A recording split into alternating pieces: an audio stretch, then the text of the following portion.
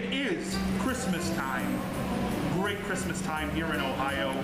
And you know, there's only one guy you want to be joined by at Christmas time. He's the man with the plan, with the bag, the sack, getting ready here in a few short days to travel to all the kids' homes. I'm joined by the most popular guy in the world, Santa Claus. Santa, how are you? Well, just a little bit disappointed.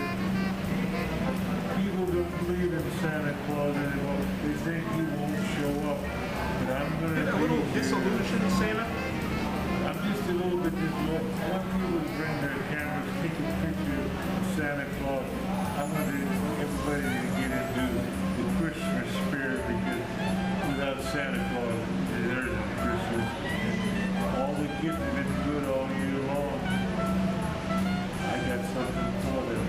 I know you're very busy. I can't thank you enough for the time. Thank you very much, Mrs. Scott. It's a pleasure talking to you. Merry Christmas to all, and for this program, to all a good night.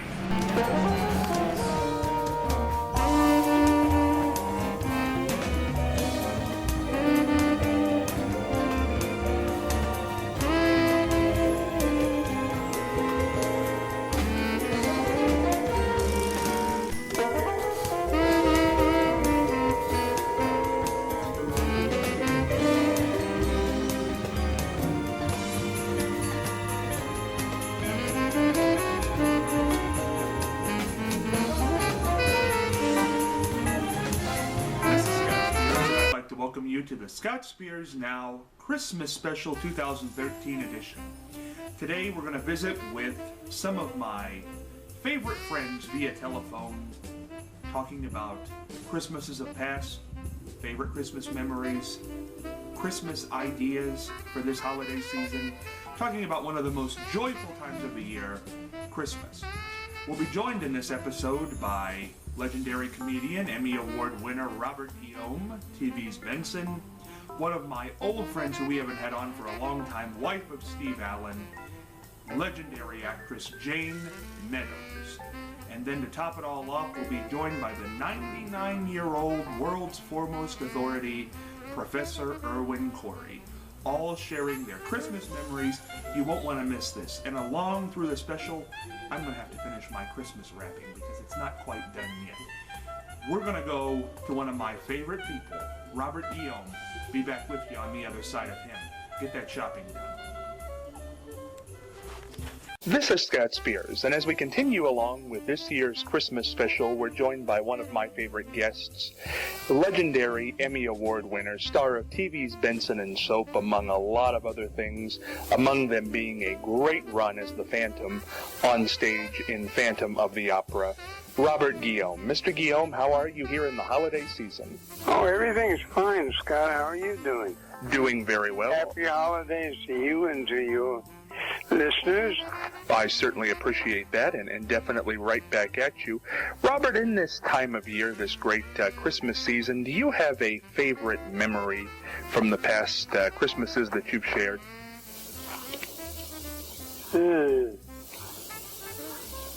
I can't think of one. Maybe I'll think of one as we talk. That sounds good. What about the holiday season to you is different than any other time of the year? Well, time seems to slow down, doesn't it? And you wait for something to happen, and we find when we start to consider it, we find that it's more about memories and the relationship you have with your family and friends and things like that. Do you have any special holiday plans this year? No, I've become sort of sidelined, because of the stroke in 1999. And I just sort of take it easy and try to get my exercises in, and exercise two days a week. And I sort of try to keep my head together on what I'm doing and like that. Certainly, as a veteran of show business, is there a favorite holiday movie or holiday television program that you were a part of or that you just like to watch every year? I usually like to either watch somebody like Pavarotti or some other singer. I have a program that I watch here in L.A. on Sunday nights. It's a collection of classical music tapes and clips, and they play them from about 5 in the evening to 12 the next day. And that, I find, that gives me a lot of comfort. This time of year, one of the favorite things certainly is the Christmas music. Do you have a favorite song or Christmas carol? I guess my favorite carol would be Silent Night. And I like Oh Holy Night. I guess I remember Deste Fidelis. Oh, come all ye faithful. And like that. When you were a child, what were Christmases like? I don't remember a lot of it because we didn't have a lot of money. My grandmother worked for some wealthy people out in the county. And at that time, the pay wasn't all that remunerative, you know. You didn't make much money. And she was struggling to keep me and my siblings, which were 2 sisters and a brother, and she was struggling to keep us in school and have the tuition to pay for it. And the funny thing is, it was like $2 was at that time so difficult for us to come by. And so that meant for each semester, there was $8 that she had to come up with to pay the tuition. And Christmas was rather non-existent in our lives. Do you think children today see Christmas, or just see money in general, differently than possibly you did as a child? Oh, there's no doubt that is so. So many things are different than when I was a child. Do you look back at a certain time of your life, maybe during the holiday season, or just a period, as being the best? Well, certainly when I was riding high and had all my faculties and the money was coming in, I look at that as a kind of nice period.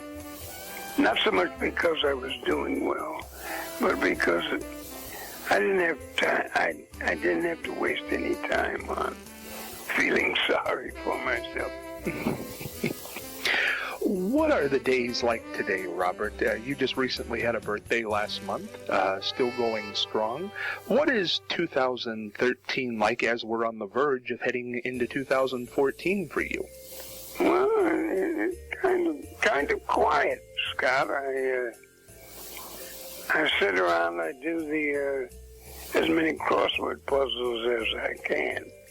And there's something to the notion that one has to keep oneself afloat mentally, and you don't get stale, you know.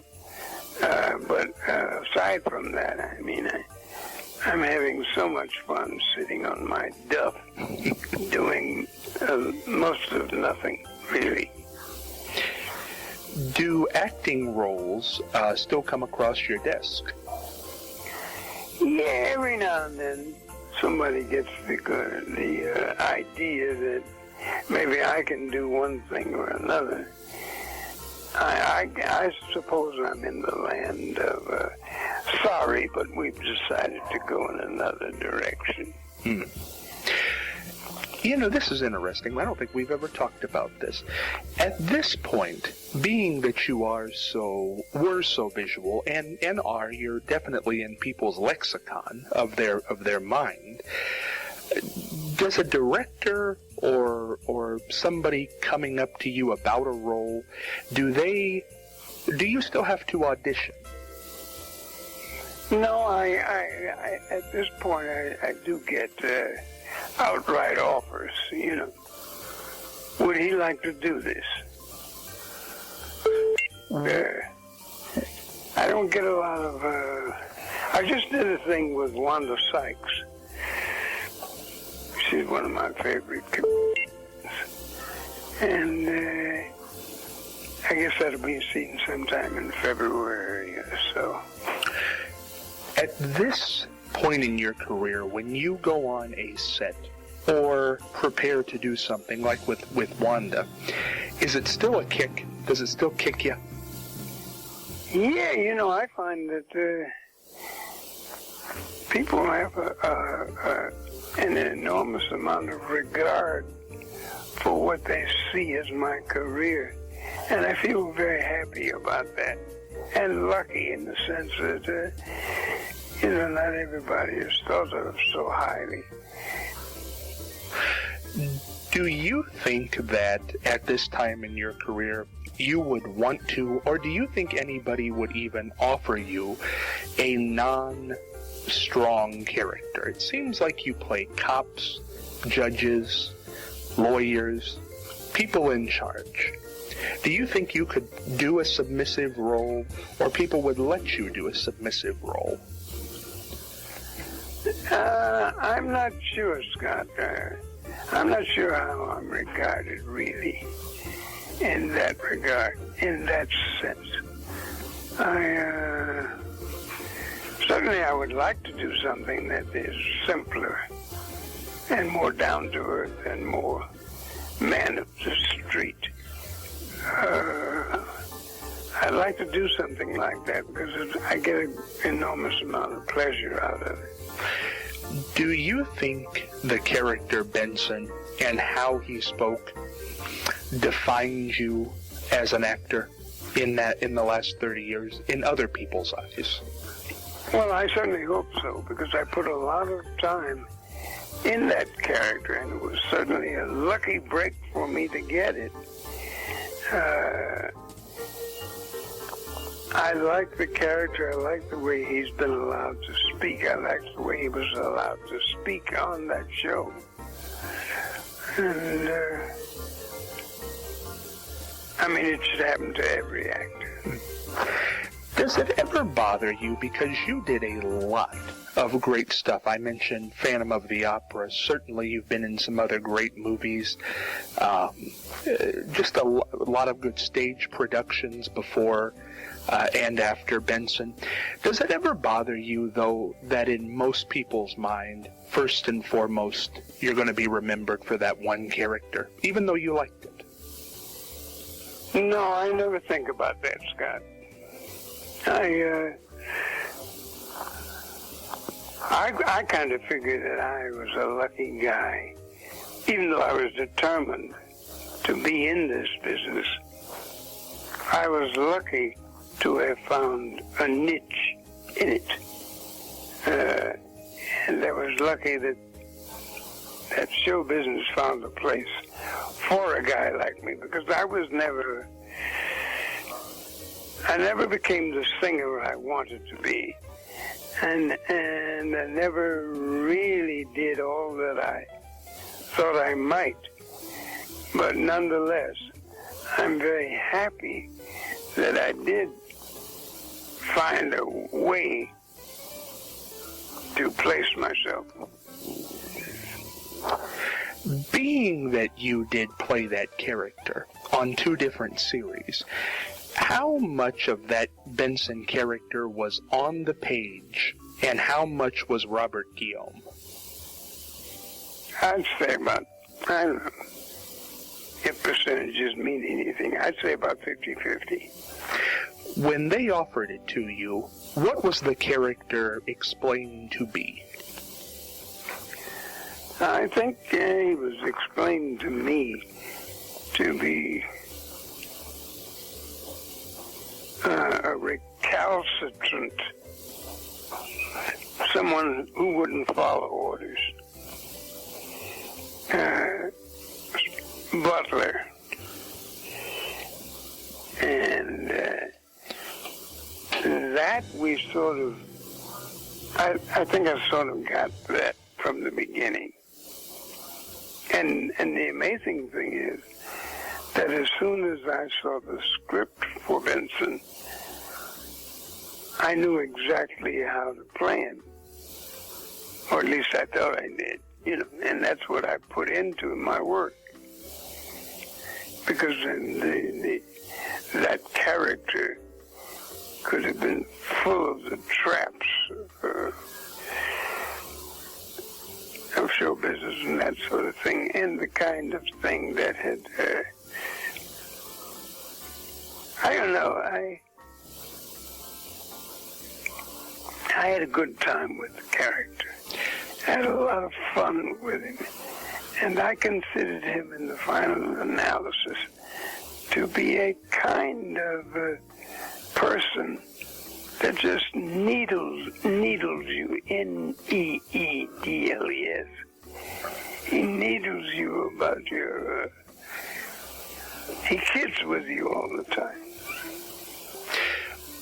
When you played Benson for the last time after a 10-year run, did you leave the character where you wanted to leave him?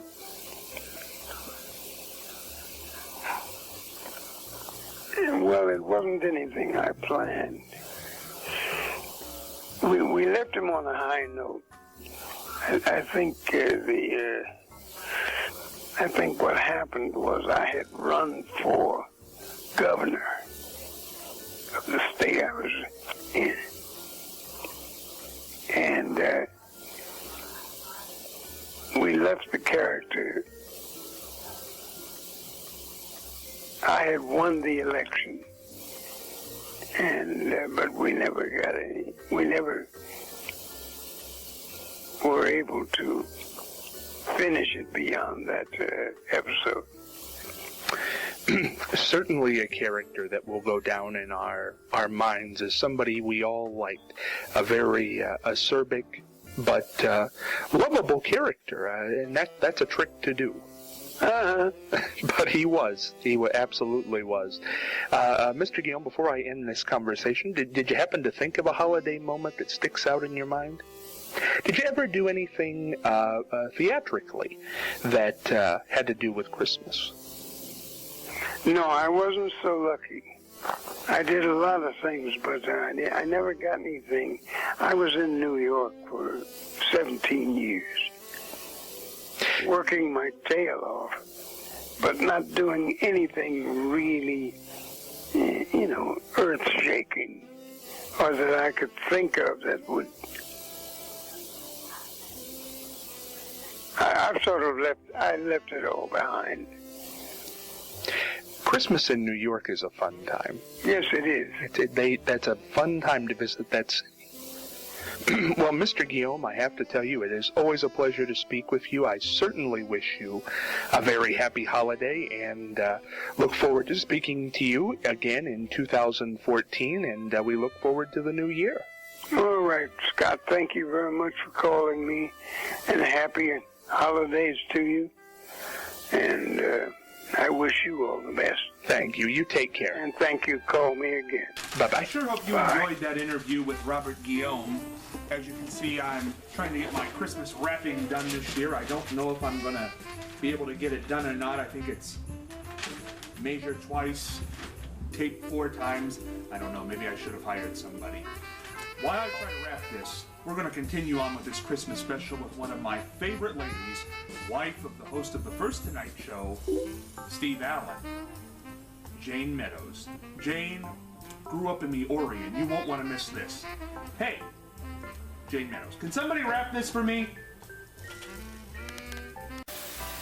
This is Scott Spears, and it's that time of year again that we celebrate the Yuletide holiday, Christmas time in the world. It's one of the best times of the year, and this year I am very glad to be joined on this program by a lady who has been a many-time guest. I haven't got to speak with her in a while, but so glad she's back during the holidays, because holidays are a time for family, and she feels like family to me and this program. She is legendary actress, wife of the greatest talk show host of all time, Steve Allen, Jane Meadows. Jane, how are you doing this holiday season? Now I feel wonderful just hearing your voice, Scott. I tell you, you are a darling. And I've been thinking about my life today because, as you know, I was born and raised in China, and I never knew anything about Christmas except that my family were missionaries, so to us it was a very Christian, time of year, but I was just a little girl, and I never saw Santa Claus. I saw something very exciting in China. I saw the Dragon Festival, and years later when I saw it in San Francisco, it was lovely, but in China, in my city, it was from one end would be the dragon's tail, the other end of the city would be the head. And it took 100 men just to make the eye. So you can imagine how large it was. And it wasn't until I came to America that I saw my first Christmas tree and my first Santas. When you saw those for the first time, what was it like? Well, I'll tell you. When we came to America, my father was given a church that was the oldest church in all of Rhode Island.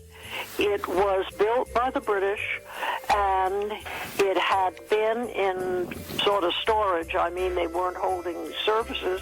It was just like an antique.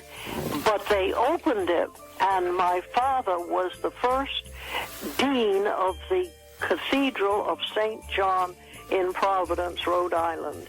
And there was the first time I saw in different houses, or I went to school, of course, and made friends in America, and I would be invited to parties, and they all had Christmas trees. We didn't have a Christmas tree because my mother was tired from 16 years in China, and she was so busy here. We also, she felt it was something that really didn't represent to her a missionary Christianity. We didn't need it, so we never had a Christmas tree. And the presents that we had came from the relatives in America. It wasn't until my father retired, because both he and mother had been in the business of being missionaries for so many years. They retired, but my father took a parish in Pennsylvania, right outside of Pittsburgh, and it was Sewickley. And he was asked to take over for a clergyman who was very, very ill and in the hospital. My father took it over for 1 year, and it was one of the wealthiest cities as far as we knew, because it was right outside of Pittsburgh, and we went to the local private, school and everything. But when Christmas came, every one of my friends had a Christmas tree. It wasn't until a week before Christmas that a truck drove up in front of our house, and I was just coming home from school, and I saw this gorgeous Christmas tree all decorated, and I thought, oh, those lucky people, oh, that's so beautiful. I wish we had a Christmas tree. And the driver jumped out of the truck and asked if this was the house of Reverend Dr. Carter. And of course, Carter is my, birth name. And I almost burst into tears. I ran up the staircase and banged on the front door. And when my mother came, I said, "Look, Mother, this is for us. It's not for anybody else. Please, please, I'll help you carry it into the house." And I helped my mother. I don't know how I did it. My brother, fortunately, my brothers were home and helped us.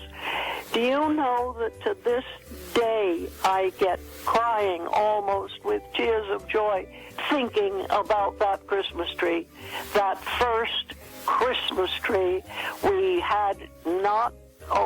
And then, of course, when the clergyman got well, we went to New England, where my father was given what he asked for, which was a small town, a town of very wealthy people who all retired, and everybody had a Christmas tree.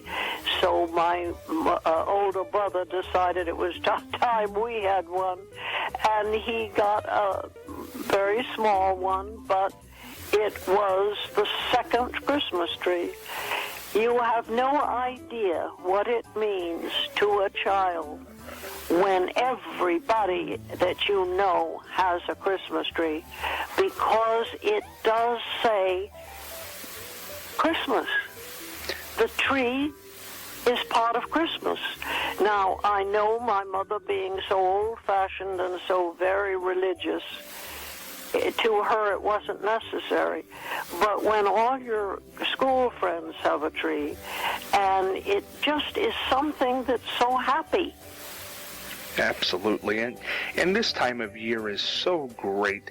And one of the things that's great about it is the music. Jane, do you have a favorite Christmas carol? Oh, all of them, every single one. Yes, because we went to every single school I went to in America. We had never gone to school in China. It wasn't till America.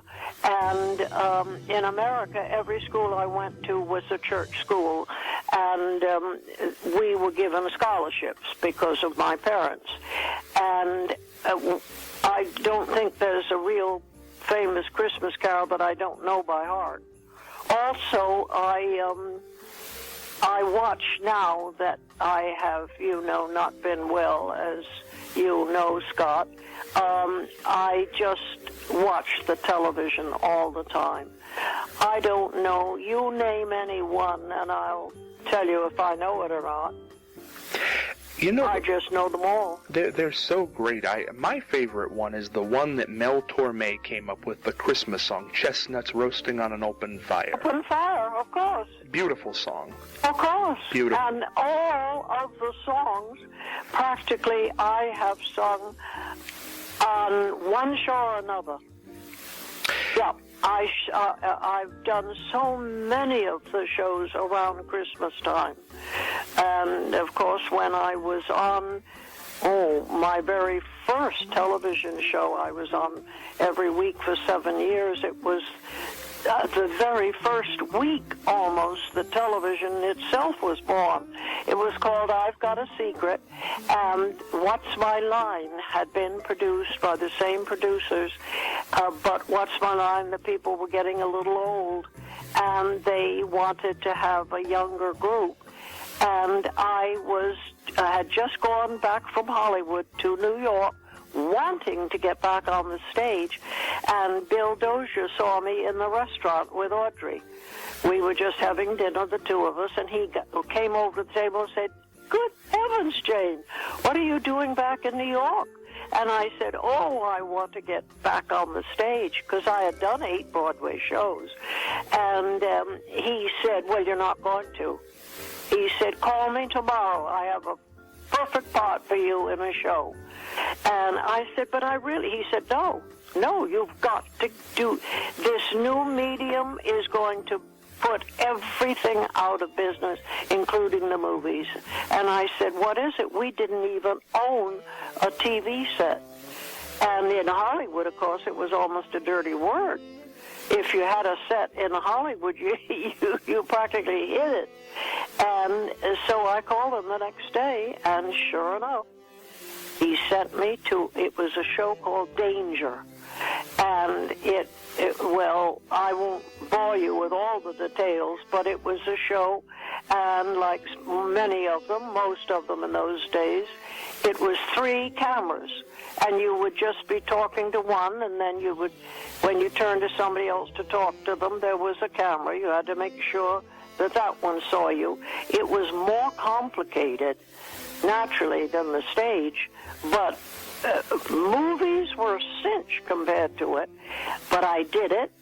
And then he said, now tomorrow, after you finish that show, I want you to go to this, and they are expecting you, and you will do the show right there. It's a game show. You just play a game. And it was I've Got a Secret. And when I finished it, the producers said, Miss Meadows, we would like to sign you for 7 years. I thought, 7 years? And I said, what do you mean? They said, well, you will be doing the show every week for 7 years, and if you don't like it, you can leave whenever you want, but we would like to have you on. And, my dear, I signed it for 7 years. What are your plans this year for Christmas? Well, this year I go, as I did at Thanksgiving, to my son's house. All the family gets together. They used to always, every Christmas, get together at our house. This year I do what I did, on Thanksgiving, and I had the most wonderful Thanksgiving. Bill lives right near me, and he has this beautiful wife, and she's a marvelous, marvelous hostess and beauty, wonderful wife. And my 3 grandchildren of theirs, 2 boys, one, the eldest one, all of them are brilliant. And the second one, who graduated from Yale, another boy, he is now studying to be a lawyer. He was planning to be an actor, and he spent several years just going from play to play, but he realized that he wanted to get married and have a family, and the insecurity of acting, but he's the handsomest thing he ever saw, and a brilliant actor. But you see, on both sides of our family, nobody was ever in show business. All in either judges or lawyers or businessmen. And so he made a wise choice. Absolutely. Yeah. Even though I went right from high school, I had no interest in college. And I just was clear. There's no doubt about it. In school, I was in every play that was available to me. And I wouldn't have changed it for anything. When you think how many, 20 movies. And I never had to, it was a very wealthy woman in our church who gave me a letter of introduction to George Abbott, who at that time was the biggest producer, director on Broadway. And she not only did that, but she gave me the money for the train to go in. And I went into New York, having never, ever been alone in New York. I didn't know Fifth Avenue from Madison Avenue, but I went right to his, my appointment with him, and he, after we had been talking for about 10 or 15 minutes, he said, Miss Meadows, your accent. He said, I'm trying to place, where were you born? And I was terrified because I had been told only 1 or 2 things about the play. I didn't even have a chance to read the script.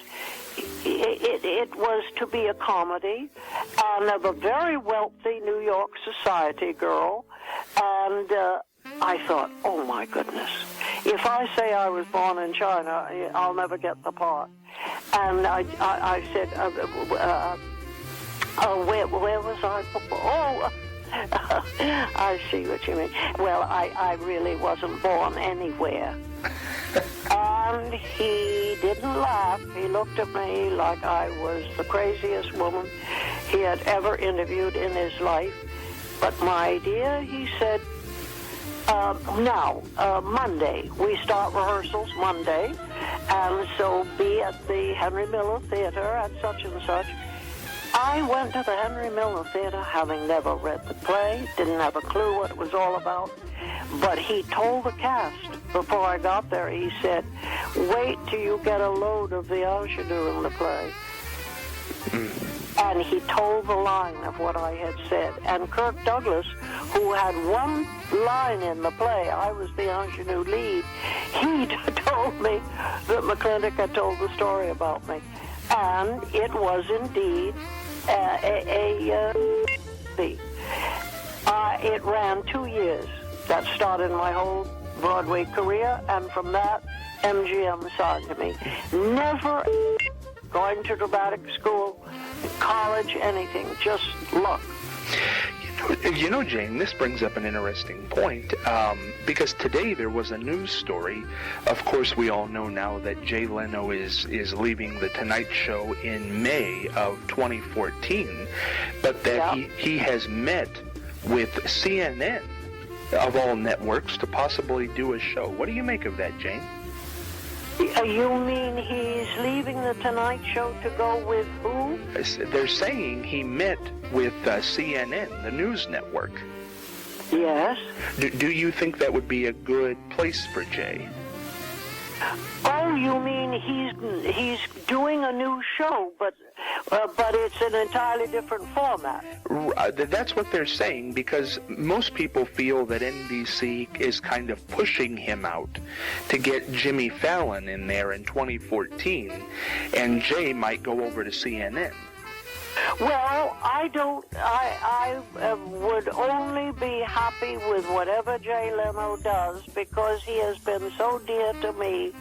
Kind, darling man, and his wife is a friend of mine, and he has kept that show going for, I think it's 30 years. Long time. He never forgets me on my birthday. And a beautiful gift always arrives from Jay Leno for me on my birthday. So I will be in the front row of whatever he does.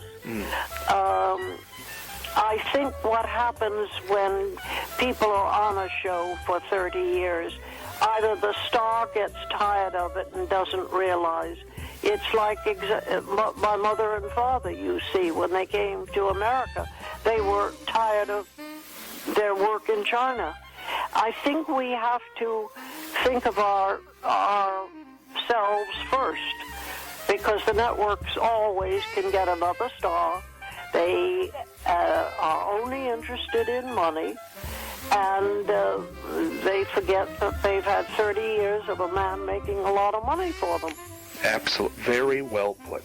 Yeah, but that's the way I feel. I adore Jay. Yeah. And I adore Mavis. And they couldn't have been sweeter to me. And if he was a bitchy man, he would have been jealous of Steve, because you know the reason that Steve left the show was because when they signed Steve, they signed him to do whatever he wanted to do. And he told them his format, and they asked if he minded if they called it The Tonight Show. He said, no, I don't care at all. He said, I think that's a lovely. They said, because we're opening up late night, and we want to put you in late night opposite Ed Sullivan. And Steve said, well, that's prime time. And they said yes, and Steve had been doing, it was not prime time, but it was not the big salary yet. But when they put him opposite Ed Sullivan, I said to Steve, we were engaged to be married. And I'm thinking like the practical money brain of, well, if we're going to get married, I want to make sure that Steve's getting the money he deserves. So I said to him, take it, because it's like jumping from a salary of $1,000 to a salary of $50,000. That's what the late night area, that's what the salaries are.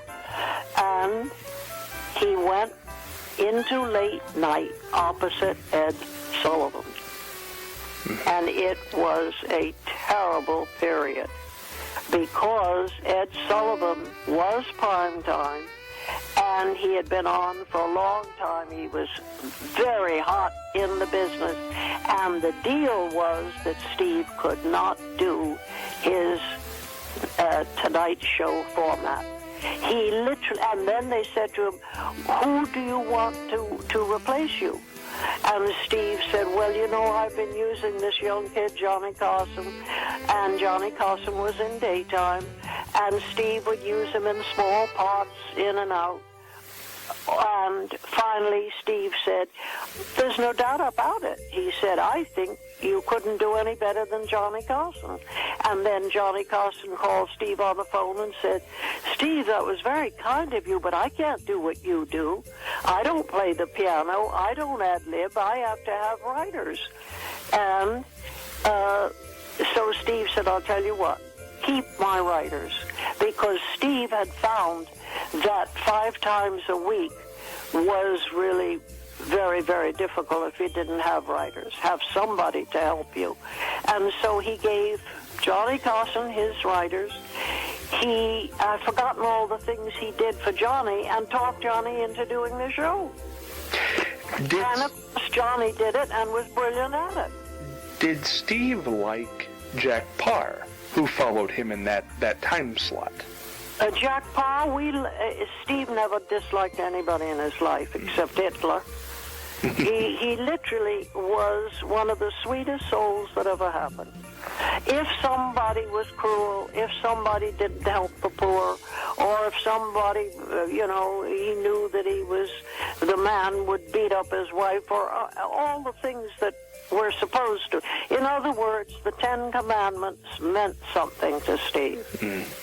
Steve was a devout Catholic, a devout Christian, and he was really extravagant where the poor are concerned. He could literally not help enough people to suit himself. He was really quite wonderful, and I think it's why he was so popular. Absolutely.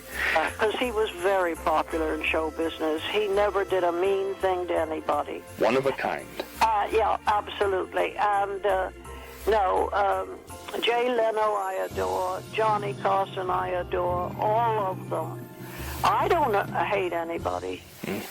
Nobody's important enough for me to hate. Yes, Hitler, he was important. And so let's, don't anybody be nice to him if he comes back again. That's exactly right. Yeah. Well, I have to say, Jane, it is so great speaking with you at the holiday time because, as I said when we started the interview, I do think of you as family. It is so great to have you back on the program after a little bit of an absence, and I could listen to your stories forever, and I hope going into the new year that we'll have you back on the show many times because you are one of a kind as well. Well, dear, I feel the same way about you, and I've never heard anybody say a mean word about you, Scott, dear. You are very much loved, and God bless you, and Merry Christmas, and a Happy New Year. Oh, my word. This has been fun, but of course I talk too much. No, Jane. I rattle on, and I can't help it. I could listen on all night. Jane, you have a great, happy holiday, and we'll speak in the new year. Thank you, dear. Bye-bye. I look forward to it. Bye-bye. Bye-bye. Hello, welcome back to the Scott Spears Christmas Special 2013. I'm Jack, your friend, the elf on the shelf. Hope you enjoyed that interview with Jane Meadows. Well, Jack, I certainly did. And as you know, in the holiday season, we have a lot of fun with the red and the green, the traditional holiday colors here, symbolized by these balloons, which are apparently casting a shadow, so we're gonna let those go for the minute. Jack the Elf on the Shelf, very popular. Everybody has an elf. Some are named Seymour, some are named Brittany, some are named Tito, Cupcake, Beverly, and he lives in our tree during the Christmas season, along with the beautiful ornaments. Let's get a picture of the tree for the holiday special. Star symbolizing the north here at this time of year, Bethlehem. Jane Meadows grew up in China. Can you believe she was 10 years old before she saw our first Christmas tree? Christmas trees have become such an important part of the holiday season. Before we get on out of here on this Christmas special, because I gotta get this holiday shopping done, and I gotta get this stuff wrapped, we're running out of time. We're gonna visit with a man who maybe has seen more Christmases than just about anybody in Hollywood. He is the legendary world's foremost authority, Professor Irwin Corey. And by the way, you're gonna have him tell you the history of Christmas. Don't get upset, it's just very, very funny. Back to wrap it up after the professor. Go ahead, Professor. This is Scott Spears, and again we celebrate that time of year which is special to so many people all over the world. It is Christmas time. Joined this year by a good friend of mine, one of the... Oh, Hello, I know, he's coming in already. He is the world's foremost authority, been on this program several times, celebrating his 99th birthday this year, the Professor Irwin Corey. 99th Christmas, Professor, how are you? hello. Yes, Professor, how are you? Hello. Professor, happy holidays to you. Well, thank you. Well, I tell you, it's great to have you on this time of year, but I do want to ask you, how is it on your 99th Christmas? My 99th Christmas. I'm in bed. But anyway, I think it's a wonderful time. I think there should be Christmas every day in the year. Because Christmas is supposed to be something wonderful, peaceful, joyous, and to commemorate the awakening of people to the fact that war is hell and peace is the only thing. You know, years ago, during the days of barbarism, they were saying, give feudalism a chance. We say today, give peace a chance. Well, peace is a wonderful thing. However, I'm reminded of a story about His Majesty, the Maui, looking down on his favorite planet Earth. And he was very disturbed over what he saw. He saw the 3 Mile Island, or the 10 Mile Island. He saw Chernobyl in Russia. He saw atomic bombs destroying Nagasaki and Hiroshima. He said to his son, Mysus, I would like you to go down to my planet and see what you can do to at least ease the tension that is abiding by my favorite planet. And Jesus says to he says, Pop, if I go down there, they'll kill me. And his father says, so what? You'll be back Sunday. What a great Christmas story, and I would expect nothing less from Professor Irwin Corey. Professor, though all the years, almost 100 Christmases now, what is your favorite Christmas memory? My favorite Christmas memory is not a memory, it's an actual life. Because we live for today. Tomorrow is not forgotten, but it's not of any use to us, except to the memories of how we can control the winds, control the sea, and control the fire, and control everything that causes the earth to become disturbed. We find that, we call it now intelligent design. It's no longer His Majesty the Lord. Intelligent design doesn't mean anything for the simple reason, if there is intelligent design, why have we got volcanoes? Why have we got storms? Why have we got fire? Why have we got earthquakes? Why we got all these things that disturb the even pure existence of the human being and the farm. I was reading a book just recently where they say that the earth is 10 billion years old. 10 billion. And His Majesty the Lord hadn't been here in 2013 years ago. 2013 years ago is less than a million days. It's only 730,000 days ago. Wow. And the earth is 10, 20, 30 billion years old.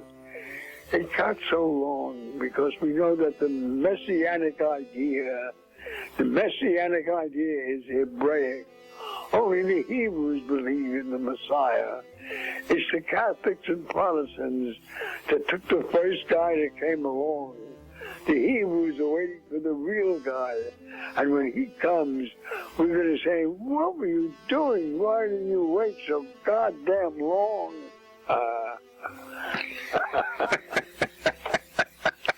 Professor, do you have any big holiday plans coming up? Well, no plans. I'm just resting in my bed. I seem to be house arrest. I haven't been out of the house in the last 2 years. Is that right? Yeah.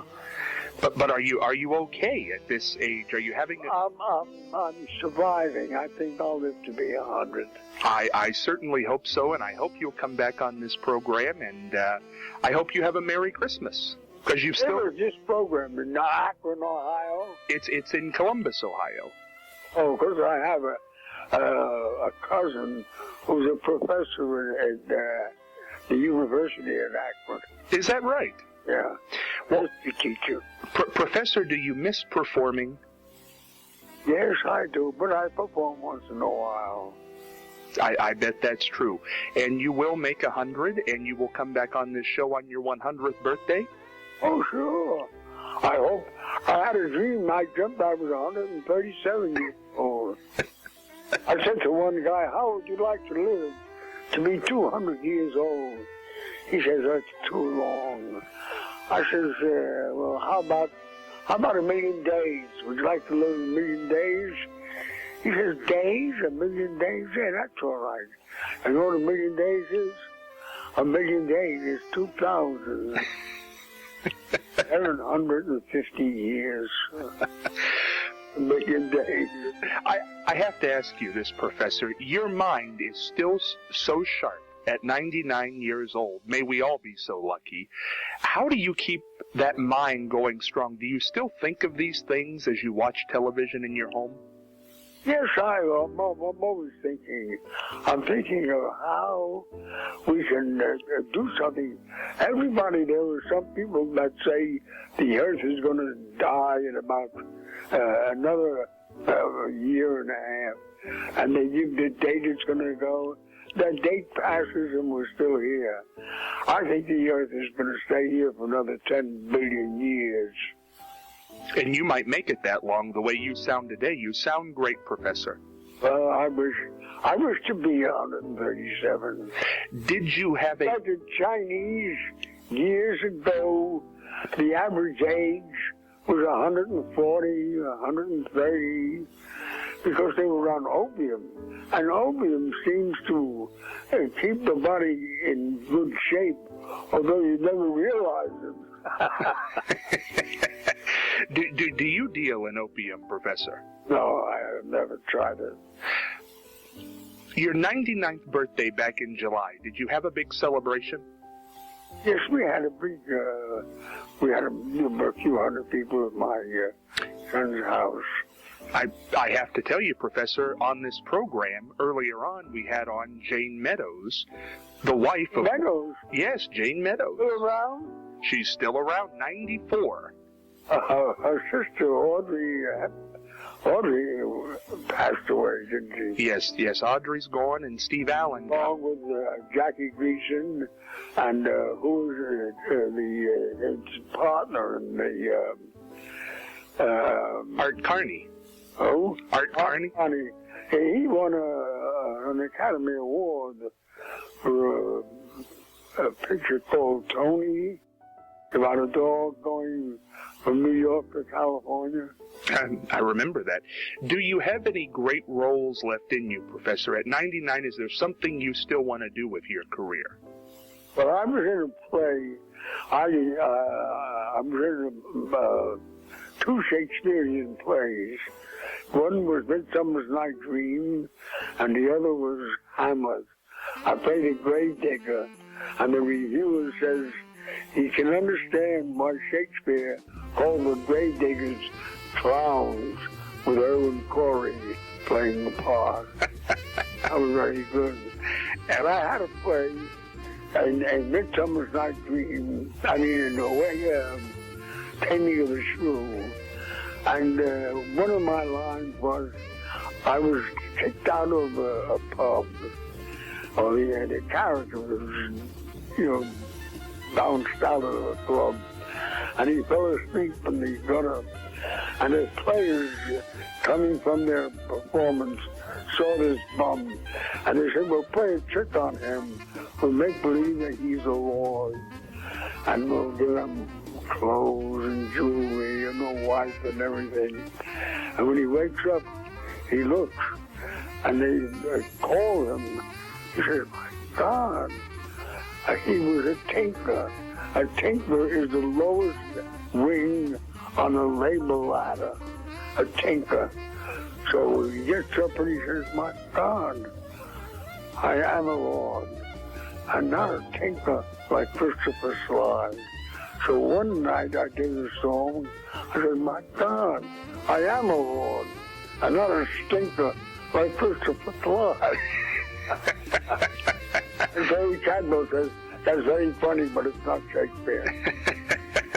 Well, Professor, I want to wish you the very merriest of Christmases. And do you have a New Year's resolution?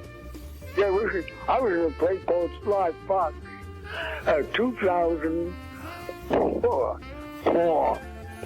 And I was the highest paid actor in the show, with Richard Dreyfuss. And I was the highest paid actor by the word. I had about 9 to 11 words in this play. And all the reviewers said that I stopped the show with those 5 lines. I can believe that. Professor, you have a happy holiday, and I hope to speak with you soon. Well, thanks a lot, and a Merry Christmas, and a happy future for you and all your relatives and for the whole world. Thank you, Professor. Okay. Bye-bye. Scott Spears back with you here on the Christmas Special 2013. We are having a wonderful time in the holiday season. Christmas cookies, Christmas tree, Christmas wrapping.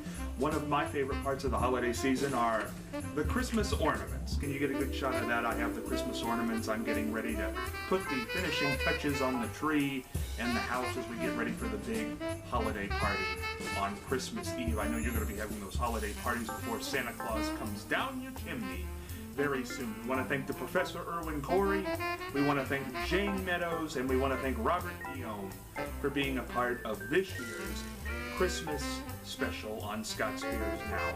I want to wish you all out there the most wonderful Christmas holiday and the most happy new year. I've got to get my wrapping done. I have not succeeded yet. I don't know where those bows are. I lost them. I don't know what's happened. But the bows are out there somewhere, and you can guarantee I'm going to find the Christmas bows and finish wrapping all those gifts. And I'm going to get gifts, and I'm going to give gifts on this holiday season. What was that? I got it on my... What's on my face? There's nothing on my face. Don't try to screw me up. Listen, it's Christmas. Be nice. I'll find new bows. Don't you worry about it. But for now, I gotta get out of here because I do have to get those presents wrapped. You have a wonderful, happy holiday season. Merry Christmas to all. And for this year's Scott Spears Now Christmas special, to all, a good night. Where's those bows? They're over there somewhere, aren't they? They gotta be.